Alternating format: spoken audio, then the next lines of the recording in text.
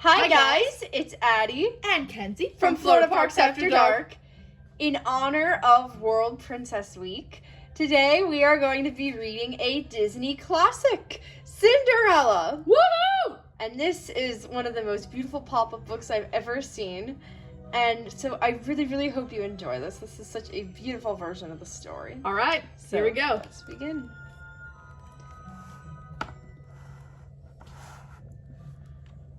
Once upon a time, a young girl named Cinderella lived with her father, stepmother, and two stepsisters, Anastasia and Drusilla. Cinderella's father was warm and loving, but her stepmother, Lady Tremaine, was cold and cruel. When Cinderella's father died unexpectedly, Lady Tremaine banished Cinderella to the attic and demanded that she take on all the household chores. And so it was that Cinderella grew up a servant in her own house. Despite her stepfamily's cruelty, Cinderella remained kind. She befriended the many birds and mice that called her attic home, and she began each day with a song in her heart. Cinderella never stopped believing that her own dreams of happiness would come true. One day, the king's messenger arrived at the door. The king, eager to find a bride for the prince, was throwing a royal ball. Cinderella listened as Lady Tremaine read the invitation. It said that all eligible maidens were to attend. Why, that meant Cinderella too. Lady Tremaine agreed Cinderella could go to the ball if she got all her work done and if she could find something suitable to wear. Cinderella had a gown that, with some work, would be perfect.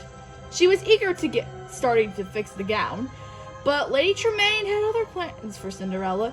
Each time Cinderella finished a chore, Lady Tremaine was ready with one. Washing the laundry, mending clothes, scrubbing floors. There was no task needed to be done. Cinderella worked and worked with never a minute to finish her dress. It seemed she would be going to the ball after all. Up in the attic, Cinderella's friends were busy too. If Cinderella couldn't finish her dress, maybe they could do it for her.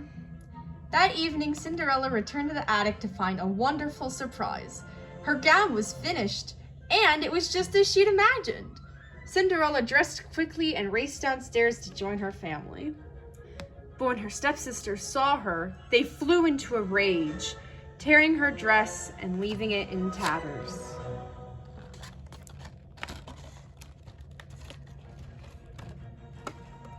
The sound of her stepsister's laughter echoed in Cinderella's ears as they climbed into their coach and drove away, leaving Cinderella behind.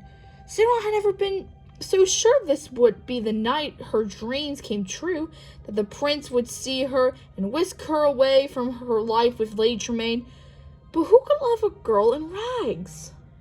Heartbroken, Cinderella ran to the garden. This had been her chance at happiness, and now it was gone. "There's nothing left to believe in," she sobbed. "Nothing." "Nothing, my dear," a voice asked. "Oh, now you don't really mean that. If you lost all your faith, I wouldn't be here." Cinderella looked up, startled. Sitting beside her was a kindly woman.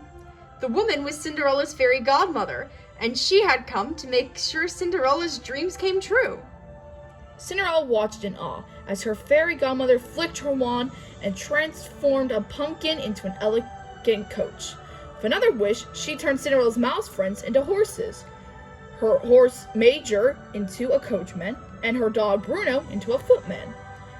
Soon there was only one thing left to do. Cinderella needed a new dress. "Just leave it to me. What a gown this will be," the fairy godmother said. With a final swish of her wand, she transformed Cinderella's rags into the most beautiful gown Cinderella had ever seen, complete with a pair of glass slippers.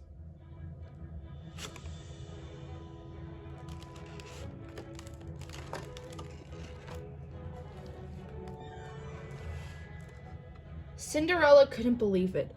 She felt like the luckiest girl alive. Her fairy godmother had given her a chance to find happiness, and she planned to make the most of it. Her dream had come true. She was going to the ball. But before Cinderella could go, the fairy godmother gave her a warning. At the stroke of midnight, the magic would end, and everything would return to how it was before. Cinderella's coach would become a pumpkin, her horses would become mice, and her gown would be no more than rags. Cinderella promised the fairy godmother that she understood. "It's more than I ever hoped for," she said. With a smile, the fairy godmother ushered Cinderella into the coach. Over a bridge and through the winding streets, Cinderella rode on her way to make her dreams come true. At last, the palace came into sight.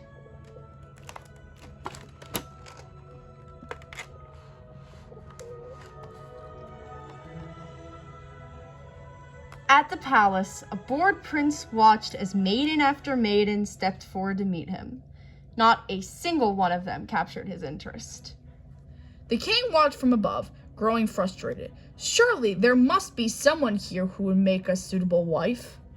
At that moment, a pair of maidens stepped forward. It was Anastasia and Drizella. The prince looked up, his eyes growing wide with interest. The stepsisters smiled coyly, thinking perhaps he would choose one of them. But the prince was not watching Anastasia and Drizella. His eyes were on a figure behind them, a young maiden who had just reached the top of the stairs. It was Cinderella. Pushing past the stepsisters, the prince raced forward to greet Cinderella. From above, the king watched in delight as the prince invited the girl to dance. Perhaps the ball would be a success after all. "The waltz!" he shouted. "Quick, the waltz!" The orchestra began playing at once. With a bow, the prince and Cinderella began to dance. Soon, the two were whirling around the dance floor. Anastasia and Drizella watched jealously, wondering who the mystery girl was. "There is something familiar," Lady Tremaine said. But the prince didn't wonder who she was. He already knew. This was the girl he had been waiting for. This was the girl he was going to marry.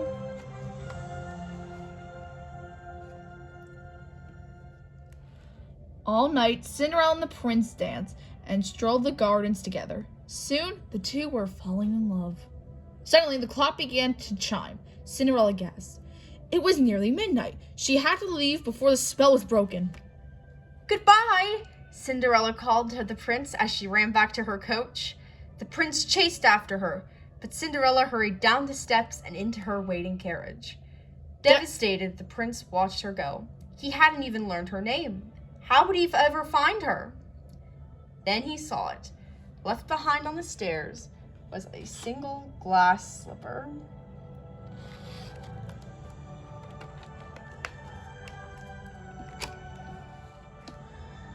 When the king learned what happened, he ordered every maiden in the land to try on the glass slipper.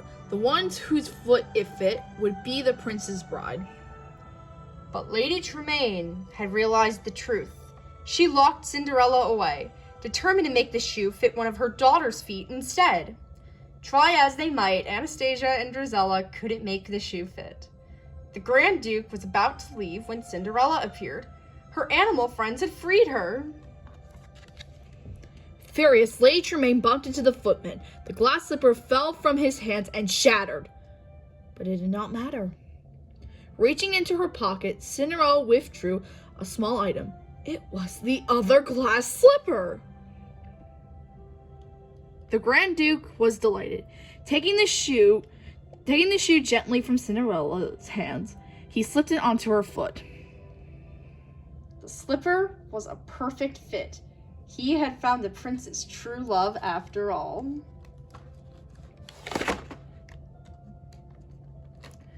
A royal wedding was quickly held, and Cinderella and the prince were married.